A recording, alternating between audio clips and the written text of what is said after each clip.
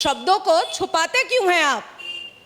चोरी करोगे तो हाथ काटा जाएगा, बलात्कार करोगे तो औजार काटा जाएगा, गंदी नजर से औरत को देखोगे तो आंख निकाला जाएगा, झूठ बोलोगे तो जुबान काटा जाएगा, और किसी मासूम की हत्या करोगे तो तुम्हारा भी सर तन से जुदा किया जाएगा। ये है इस्लाम। मदरसे में क्या मिलेगा भाई पढ़ करके?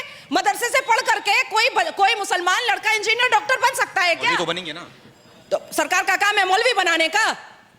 सरकार पंडित बना रही है क्या जो सरकार मौलवी बनाएगी? कमीशन का रिपोर्ट देखिए, हम मुसलमान दलित से भी पीछे शिक्षा में, क्योंकि हम पढ़ना नहीं चाहते हैं। खाली तलवार दिखाओ, शलवार पहनाओ, तलवार दिखाओ, शलवार उतारो, यही काम है। इस तो मतलब दुर्भाग्य लगता है कि मजारों पे सनातनी जा करके मुंह का बदबू लेते हैं, पानी फुकवाते हैं। काहे को जाते हो भैया मजार पे? कौन मुसलमान दाढ़ी टोपी वाला मंदिर जा रहा है जो तुम जाते हो मजार पे? तो मैम आपका बड़े दिनों के बाद बहुत बहुत स्वागत है हमारे चैनल। हर हर महादेव, हनुमान महादेव। कैसे हैं? बहुत अच्छी हूँ, बड़े मजे में हूँ, और मंदिर आ गई, पूजा कर लिया, क्योंकि 3 दिन पहले मुझे मस्जिद नहीं एंटर करने दिया गया। कहाँ पर?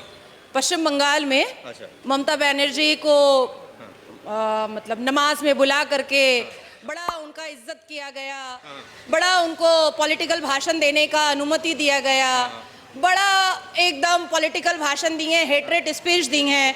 मैंने नाखुदा मस्जिद में एप्लीकेशन दिया था कि मैं भी वुमेन एम्पावरमेंट और शिक्षा पर अपनी बात रखना चाहती हूँ, और मस्जिद अल्लाह का घर है, और जब अल्लाह तबारक ताला ने अल कुरान में और प्रॉफिट मोहम्मद सल्लल्लाहु अलैहि वसल्लम ने कभी भी कोई डिस्क्रिमिनेशन नहीं किया मर्द और औरत में, तो मस्जिद में औरत भी जा ही सकती है। जब हम मक्का मुअज़्ज़मा और मदीना मुनव्वरा में जब हम हज, उम्रा, तवाफ, नमाज साथ में पढ़ते हैं, तो फिर मस्जिद के अंदर औरत क्यों नहीं जा सकती है? लेकिन इमाम साहब मुझे दरवाज़ा बंद कर दिए अल्लाह के घर का। मैं औरत हूँ इसलिए। तो मेरा डिमांड है कि तब फिर मुसलमानों को औरत का कब्रिस्तान भी अलग कर देना चाहिए। जब हम इतने ही अछूत हैं, हम इतने ही घिनौने हैं, हम इतने ही खराब हैं, औरत जात अगर इस्लाम में इतनी ही बुरी है, इतनी ही नीच है, तो फिर कब्रिस्तान भी हमारा अलग होना चाहिए। और मोहम्मद बिन सलमान साहब को मक्का और मदीना में भी औरत का एंट्री अलग कर देना चाहिए। तो आप मुस्लिम समाज आ गई। मैं वही पूछ रहा था, मुस्लिम समाज से आप मंदिर में आए, तो यहाँ पे दिक्कत हुई आपको? यहाँ तो जिस हिसाब से मुझे पूजा आराधना कराई गई है, और गौरव भैया ने मुझे जिस हिसाब से, उनकी माता जी ने, गौरव भैया ने, पंडित जी ने मुझे सम्मान दिया है, मतलब मुझे लग रहा है कि मैं क्यों ही गई थी मस्जिद। ये अब बात उस पर ठीक है, अब नहीं जाऊंगा, आपका वो विचार है। अब मैं मुद्दे पे आता हूँ। प्रधानमंत्री नरेंद्र मोदी ने बोला कि उनकी सरकार आएगी तो यूनिफॉर्म सिविल कोड देश में लागू हो जाएगा। आप एक मुस्लिम समाज से आती हैं, तो कैसे सोचती हैं, क्या देश के लिए जरूरी है क्या यूसीसी? हाँ बिल्कुल, देश के लिए बहुत जरूरी है यूनिफॉर्म सिविल कोड। देखिए, ये देश संविधान से चला है, और कांग्रेस की सरकार ने और कई ऐसे विपक्षी दल हैं जिन्होंने कोशिश किया था संविधान को खतरे में डालने का, संविधान को ना मानने का कसम खाया था। और मुझे लगता है कि जो कोई भी छाती पीटता है कि वो संविधान मानता है, तो उसी संविधान का आर्टिकल 44 है। तो इसीलिए अब विधवा मिलाप करने से कुछ होगा नहीं विपक्षी दलों को। आर्टिकल 44 अगर संविधान में है तो वो आर्टिकल 44 सबको मानना पड़ेगा, चाहे जो हो जाए। और मुझे लगता है कि मुसलमान बेटियां इसमें रोड पर उतर करके मोदी जी के समर्थन में आएंगी, क्योंकि मुसलमान बेटियों का सबसे ज्यादा फायदा यूसीसी के माध्यम से होने वाला है। कैसे होने वाला है? देखिए, हम 4 शादियों में जो हमारा एक अत्याचार होता था हमारे ऊपर, उसके बाद फिर अपने बाप दादा और अपने माँ, अब्बू, अम्मी जान की प्रॉपर्टी पे हमारा हक नहीं होता था। हम बच्चा गोद नहीं ले सकते थे, हम निकाह मुत्ता का शिकार बनते थे, हम निकाह मसियार का शिकार बनते थे, हम हलाला का शिकार बनते थे, हम तलाक का शिकार बनते थे। तो ऐसी सारी चीज़ों से जो निजात हम लोगों को मिलने वाली है, तो मुसलमान बेटियों के लिए बहुत फ़ायदा होने वाला है। अब देखिए, मुझे विधवा हुए 13 साल हो गया, और मैं हमेशा इस सोच में रहती हूँ कि यूसीसी आ जाए तो मैं एक बच्चा गोद ले लूँ, तो यूसीसी आ जाएगा तो मैं भी एक बच्चा गोद लूंगी। एक बेटा है मेरा, एक और बच्चा गोद में लेना चाहती हूँ, पर इस्लाम इजाज़त देता है कि 4 बीवी बिस्तर पर रख लो, लेकिन एक बच्चा नहीं गोद ले सकते हो। तो मुझे लगता है कि यूसीसी से मुसलमान बेटियों का बहुत भला होगा। मुसलमान बेटियों का तो भला होगा, लेकिन मैं अभी दोपहर के समय में गया था, कुछ मुसलमान भाइयों से बातचीत कर रहा था। उनका मानना था कि हम शरीयत को मानेंगे, हमारा शरीयत जो हमें कहता है हम उसी को मानेंगे, हम संविधान को नहीं मानेंगे, भले ही कितना मोदी जी कानून ला दें। तो सवाल इसमें ये उठता है, ठीक है वो शरीयत की मानते हैं, है ना, लेकिन शरीयत में जो सजा लिखा गया है कि अगर तुम चोरी करोगे तो हाथ काट दिया जाएगा, तुम बलात्कार करोगे तो जो भी है उसमें वो कर दिया जाएगा। तो जो इसमें कानून लिखा गया, उसमें शरीयत में लिखा गया है। शब्दों को छुपाते कहाँ हैं आप? शब्दों को छुपाते क्यों हैं आप? चोरी करोगे तो हाथ काटा जाएगा, बलात्कार करोगे तो औजार काटा जाएगा, गंदी नजर से औरत को देखोगे तो आंख निकाला जाएगा, झूठ बोलोगे तो जुबान काटा जाएगा, और किसी मासूम की हत्या करोगे तो तुम्हारा भी सर तन से जुदा किया जाएगा। ये है इस्लाम, ये है इस्लाम। और इसीलिए मोहम्मद बिन सलमान और हमारे मोदी जी की खूब पटती है, क्योंकि ये कट्टर हिंदू हैं और वो कट्टर मुसलमान हैं।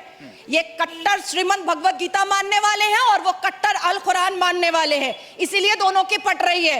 ये जो शरिया वाले हैं ना, ये सिर्फ चिटिंगबाज मुसलमान है, इसके अलावा कुछ नहीं है। आने दीजिए दोबारा सरकार मोदी जी की, 411 पार होने दीजिए। सबसे ऊंची आवाज मेरी होगी वक्फ बोर्ड पर, जितनी भी जमीन हड़प करके बैठा है उस पर मैं वेरिफिकेशन स्टार्ट करवाऊंगी। सबसे पहले हलाल सर्टिफिकेशन को दोबारा केस ऊपर मैं उठाऊंगी। शिक्षा नहीं लेंगे ये, जलसा जुलूस के लिए और शादी और बारात के लिए इनके पास बड़ा पैसा होता है मुसलमानों के पास। मोहम्मद बिन सलमान ने इतना रिफॉर्मेशन ले आए वो अरब में। अवैसी यहाँ का नेता बनता है, गली कूचा का लफंगा आदमी, शेरवानी पहन करके सबको ये करवाता है कि हमको मुसलमान बोलो। काहे नहीं बन रहा है मोहम्मद बिन अब्दुल्ला मस्जिद? अब कहेगा कि राम मंदिर बना। अरे राम मंदिर किसी के बाप के पैसे से बना है क्या? राम मंदिर क्या सरकार के पैसे से बना है? राम मंदिर सनातनियों के पैसे से बना है। तो बुखारी और मदनी क्यों नहीं खड़ा हो जा रहा है मोहम्मद बिन अब्दुल्ला मस्जिद बनाने के लिए? इनके पास मस्जिद बनाने का पैसा नहीं है, लेकिन शादी में करोड़ों रुपए उड़ाने का बहुत पैसा है, जलसा जुलूस कराने का बहुत पैसा है, शायर लोगों को बुला करके शायरी करवाने का बहुत पैसा है, लेकिन मस्जिद के लिए पैसा नहीं है। तो ये सारी चीजें सामने खुलकर आएंगी। एक बार फिर से मोदी जी को 411 पार करके शपथ लेने दीजिए। तो क्या बस यही सब मुद्दा छेड़ के मोदी जी 400 लाएंगे क्या? अब उनको मतलब कि सवाल मोदी जी कहाँ छेड़ रहे हैं भाई मुद्दा? बोल रहे कि मैं मुसलमान लड़की हूँ, मुझे रिफॉर्मेशन चाहिए, मैं रिफॉर्म करना चाहती हूँ, मैं मुसलमान बेटियों को पढ़ा लिखा शिक्षित देखना चाहती हूँ, मैं मुसलमान बेटों को कामकाजू देखना चाहती हूँ। मदरसे में क्या मिलेगा भाई पढ़ करके? मदरसे से पढ़ करके कोई मुसलमान लड़का इंजीनियर डॉक्टर बन सकता है क्या? तो बनेंगे ना। तो सरकार का काम है मौलवी बनाने का? सरकार पंडित बना रही है क्या जो सरकार मौलवी बनाएगी? आप मतलब इतने उसमें गुस्से में बोल रही हैं, ठीक है, लेकिन ये बताइए मुझे आप कि गुस्से में नहीं हूं भैया, आपको समझना पड़ेगा। 1450 साल से ना हम एक सुई नहीं बना पाए हैं, एक सुई नहीं बना पाया है मुसलमान। बड़ी बड़ी लंबी लंबी बातें हम अवैसी की सुनते हैं। अच्छा। और शिक्षा के ऊपर कोई काम नहीं हुआ है, किसी भी तरीके का रिफॉर्मेशन नहीं आया है इस्लाम में। आपको नहीं पता है कि क्या दुर्दशा है मुसलमानों की। हम मुसलमान भारत को आप डेटा में निकाल करके गूगल में देखिए, शिक्षा में भारत 79% शिक्षित लोग हैं। सच्चर कमीशन का रिपोर्ट देखिए, हम मुसलमान दलित से भी पीछे हैं शिक्षा में, क्योंकि हम पढ़ना नहीं चाहते हैं। खाली तलवार दिखाओ शलवार पहनाओ, तलवार दिखाओ शलवार उतारो, यही काम है। इससे निकलेगा मुसलमान तभी जब मुसलमान शिक्षित होगा। मुसलमानों को शिक्षित होना पड़ेगा, तभी उनके अंदर रिफॉर्म हो, तभी वो रिफॉर्म हो पाएंगे। तो मोदी ने क्या किया 10 सालों में मुसलमानों के लिए, खास करके क्या किया मोदी ने? देखिए, अब तो मुल्लाओं का काम भी मोदी जी को करना पड़ रहा है। वो बोल रहे हैं कि अल कुरान में 800 बार इंसानियत का बात है, 306 बार शिक्षा की बात है। पसमानदा मुसलमान सामने आओ, एक हाथ में कुरान ले लो, दूसरे हाथ में कंप्यूटर ले लो। ये तो मोदी जी को बोलना पड़ रहा है। बेचारा अवैसी सोच रहा है मेरा भी काम मोदी जी को करना पड़ रहा है, क्योंकि अवैसी तो कर नहीं रहा है। अवैसी तो मुसलमान बेटियों का खाली सलवार झांकते रहता है। Age of puberty is age of marriage. Owaisi का तो यही काम है, सलवार झांकने का, इसके अलावा तो और कोई काम नहीं है।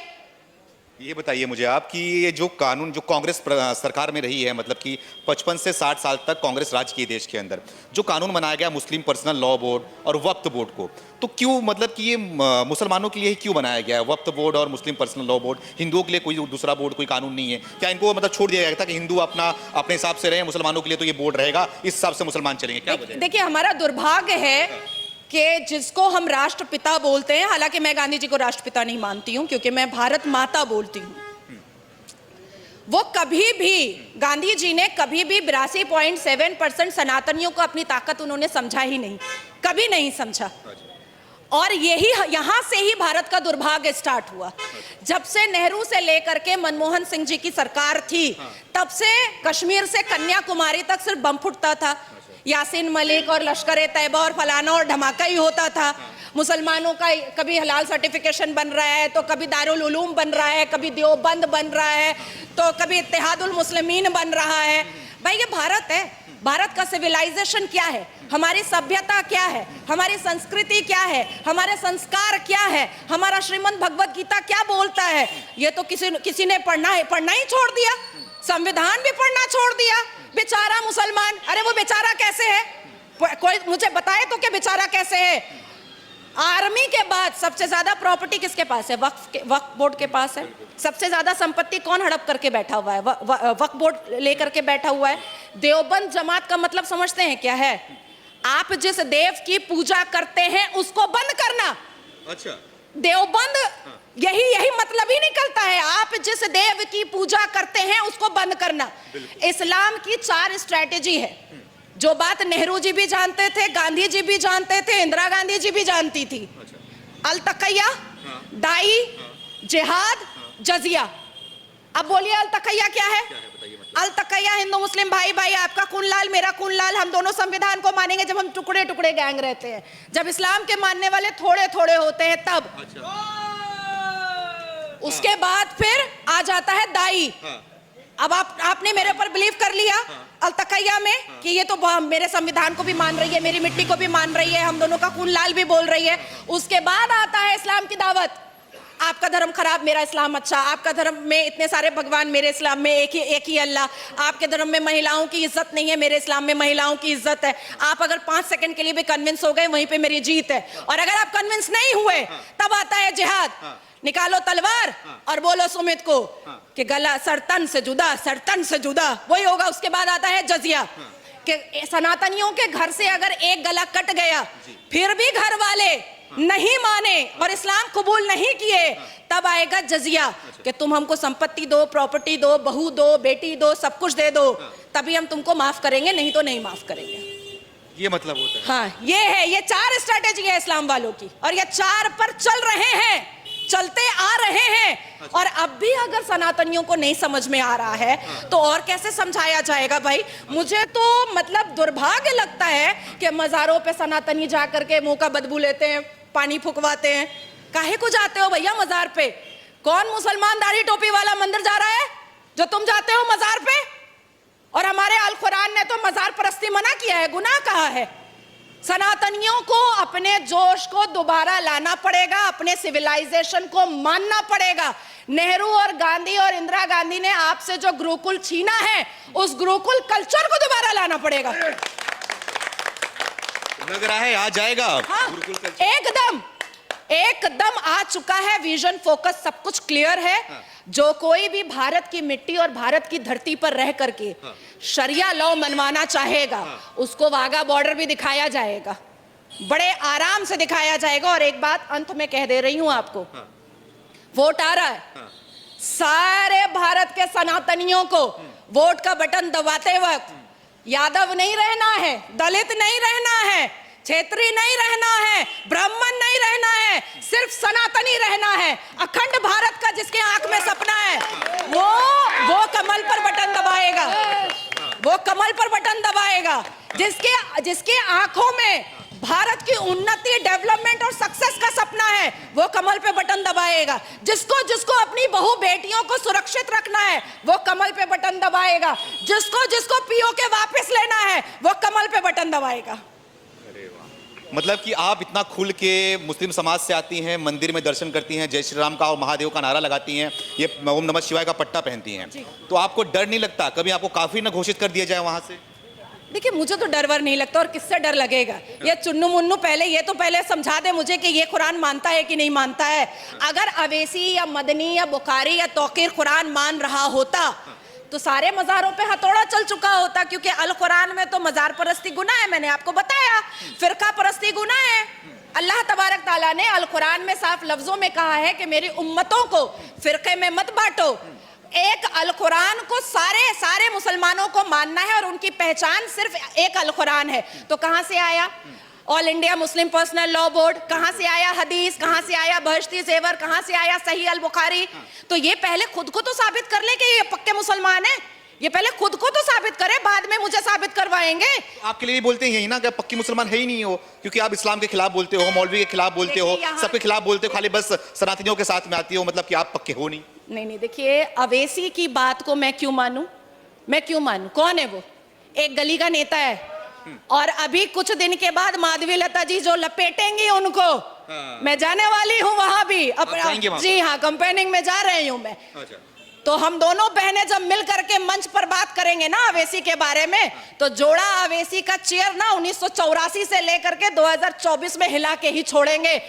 एकदम हर हर महादेव का नारा लगा करके मंच पे चढ़ूंगी मैं भी देखती हूँ कि अवैसी कैसे फतवा जारी करवाता है। अल कुरान के पन्ने, सूरा, आयत, वर्सेस सबको सब बोल करके बोलूंगी कि ये जाली मुसलमान है, अवैसी जाली मुसलमान है, अवैसी चिटिंगबाज मुसलमान है। अवैसी को कुरान की आयत, सूरा, वर्सेस अगर सुनना है तो मेरे साथ आकर के कन्फ्रंटेशन करे। अगर 1% भी अवैसी को हिम्मत है तो मैं रहूंगी हैदराबाद में 1 हफ्ते के बाद, आए मेरे सामने।